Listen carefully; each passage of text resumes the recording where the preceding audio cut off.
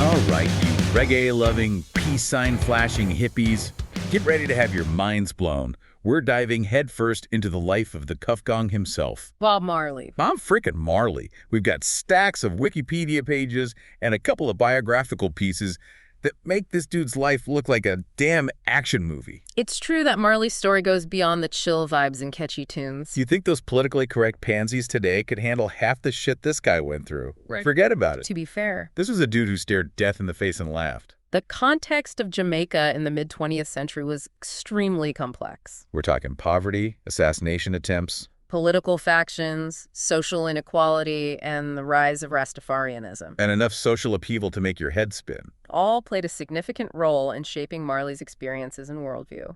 All right. Let's back up a bit. We're talking Robert Nesta Marley, born 1945. In the middle of nowhere, Jamaica. Imagine a biracial kid, dirt poor, surrounded by music. Not exactly a recipe for global domination, right? His early life was definitely marked by hardship, But but also by a deep connection to music.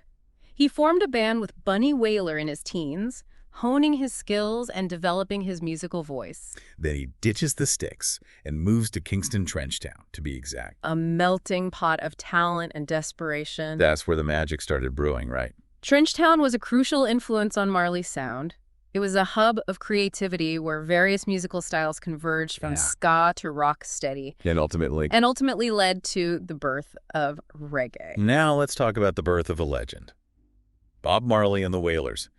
They started out like any other band, Trying to find your footing. messing around with different names and genres, then bam, Simmer Down drops in 64. And they're on the map. They're on the map. Simmer Down was their breakthrough hit, establishing them as a major force in the Jamaican music scene and hinting at the powerful social commentary that would become Marley's trademark. And things get even crazier in 66.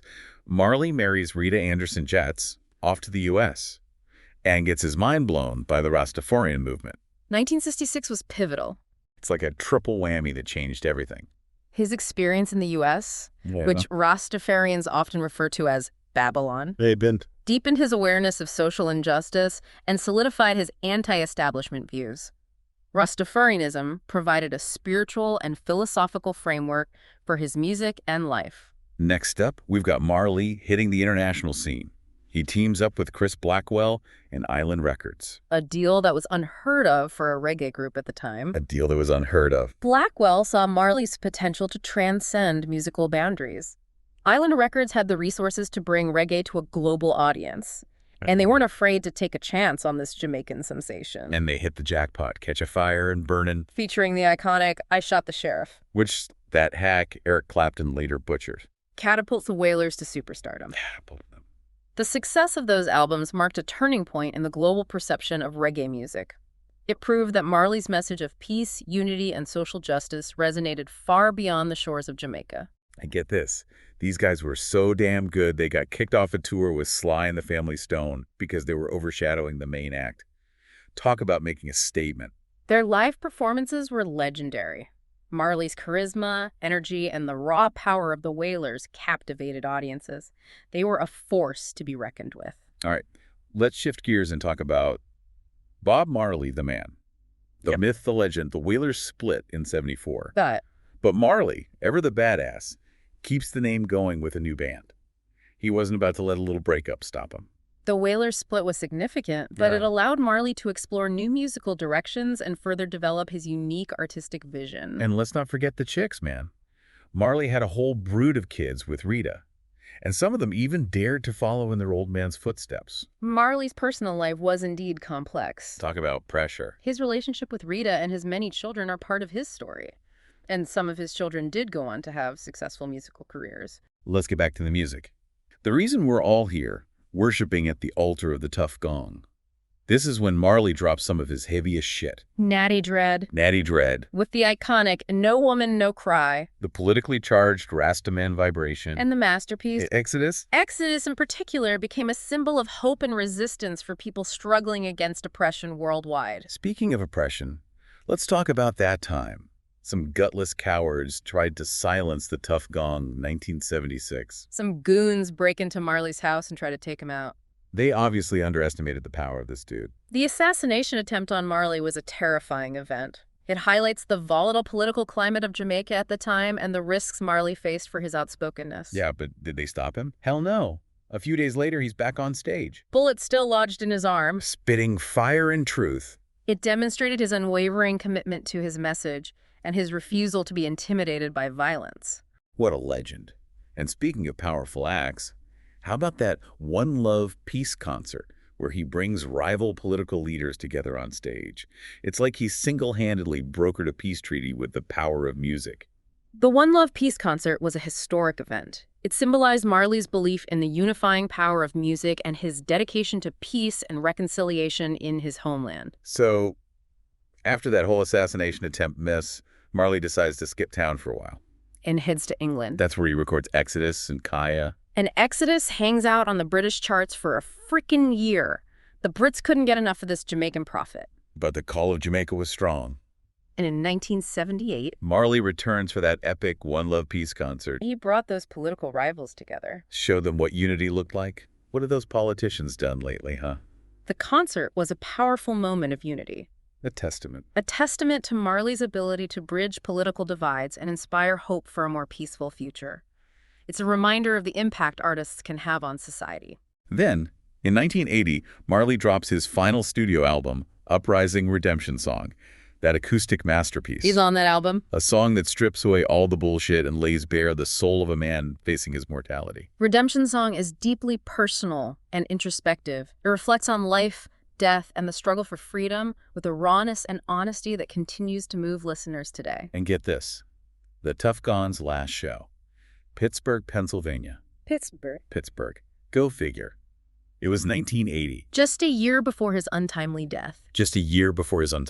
Marley's final concert in Pittsburgh is a testament to his global reach. His music had transcended geographical and cultural boundaries, connecting with people from all corners of the world. Sad. The legend couldn't outrun the Grim Reaper. Diagnosed with cancer. Marley dies in 1981. At the young age of 36. The world mourns the loss of a musical genius. A voice for the voiceless. A true rebel. Jamaica gave him a state funeral, man. That's how much he meant to his people. To the world. And his music still sells millions. The man's racking up awards, even from the grave. Talk about a lasting impact. Marley's influence is undeniable. His music continues to inspire new generations of artists and activists. His message of peace and social justice transcends time and continues to resonate with people around the world. But here's the kicker. The thing that really makes you think. Remember how Marley refused amputation because of his Rastafarian beliefs? He chose faith over Western medicine, man. The highlights. That takes guts. The complexities of healthcare choices and the influence of personal beliefs, particularly when facing a life-threatening illness. It's a reminder that healthcare decisions are deeply personal and can be influenced by cultural, spiritual, and religious factors. So what have we learned today? Besides the fact that Bob Marley was a total badass, we've learned that one man, armed with a guitar and a message of truth, can shake the world. Yeah. We've learned that music can be a weapon against oppression, a balm for the soul, and a bridge between cultures. Marley's story is a testament to the power of music to inspire, to unite, and to challenge the status quo. His life and legacy offer valuable lessons about resilience, the pursuit of justice, and the importance of standing up for what you believe in. But let's be real, Marley wasn't just some peace-loving hippie. The dude was. The dude was a rebel, a fighter, and he pissed off a lot of people along the way. He challenged authority. Exposed hypocrisy, and made the establishment squirm. And that's why his message still resonates today. Because the fight for justice. For equality. For a better world. Yeah. That shit never ends. Marley's music was a reflection of his times. But its themes of social justice, resistance, and the pursuit of freedom are universal and timeless. They continue to inspire movements for social change around the world. Think about it, man. Marley was speaking truth to power back when most people were too afraid to open their mouths. He didn't. He didn't give a damn about the consequences. He stood up for what he believed in. Even when it meant putting his life on the line. How many people can say that today? Most folks are too busy.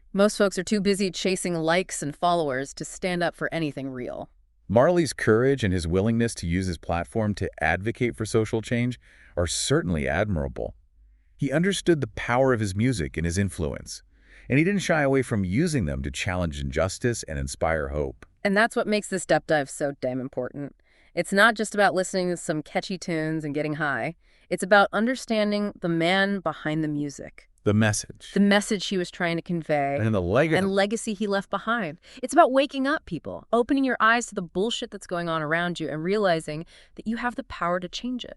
Engaging with Marley's music and his life story can be a powerful catalyst for personal growth and social awareness. Wow. It can challenge us to examine our own beliefs, our own roles in society, and our own responsibilities to create a more just and equitable world. So, if you've been nodding along, tapping your foot and thinking, yeah, Bob was a cool dude. That's great. That's great. But it's not enough. You got to take that energy, that fire, that rebellious spirit, and do something with it.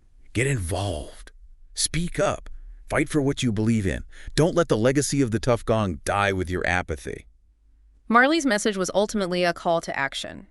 He believed that change was possible, but it required active participation, a willingness to challenge the status quo, and a commitment to working together to create a better world. This isn't just some feel-good hippie crap, folks. This is about the future of humanity. Are you going to sit back and let the powers that be dictate your life? Or are you going to stand up and fight for your freedom? Yeah. The choice is yours. But don't say the tough gong didn't warn you. Peace out and stay woke. Voice